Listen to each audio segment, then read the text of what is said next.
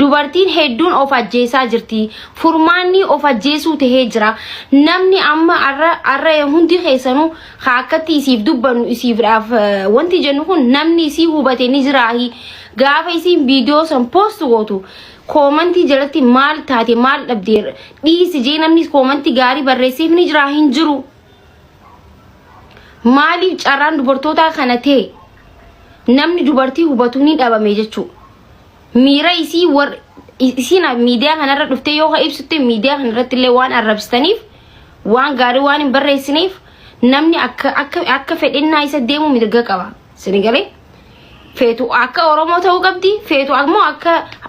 faranjii ta'uu qabdi mirga isii teechu life style yeraasu life style no sinigalee nam maallaqa taate isin gammachiisuu hin danda'u ilmi namaa namni kamuu nu haa gammachiisu jettanii yaadina doolaara qofa isin gammachiisuu danda'a miira nama hundaatu kan to'atu danda'u doolaara qofa malee ilmi namaati miti kanaafuu bultii namaa keessa seentanii namni waan barbaade yoo godhillee koomantii badaa namaa hin barreessina koomantii badaan amantii keenyattu dhorkaadha nama waa jechuun jechuu qalbii namaa cabsuun bataamitti kabbaadidha waan tokkoffarratti argama jechuu micootana ganama galgala arrabsaa turtan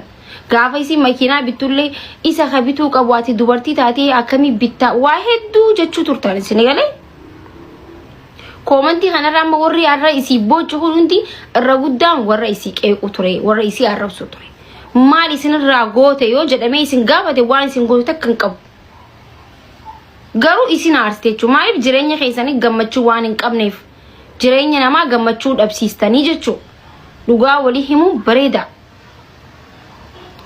irra guddaan furmaata godhataa jirtan du'a jechuu dubartoonni keenya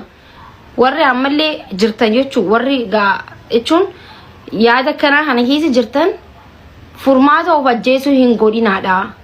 abbaan manaa keetillee yoo ta'e hanqa muraasaa gadda malee ni fuudhaa hin dhalaa hin jiraata ilmoo fidee jechuu bakka yooldaal yinooraal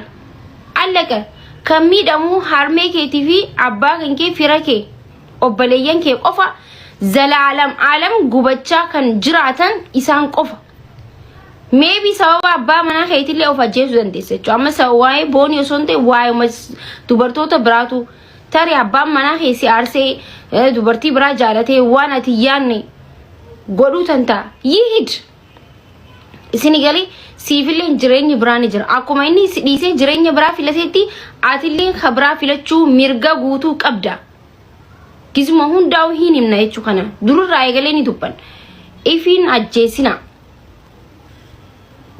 dubartoonni ofiin ajjeesina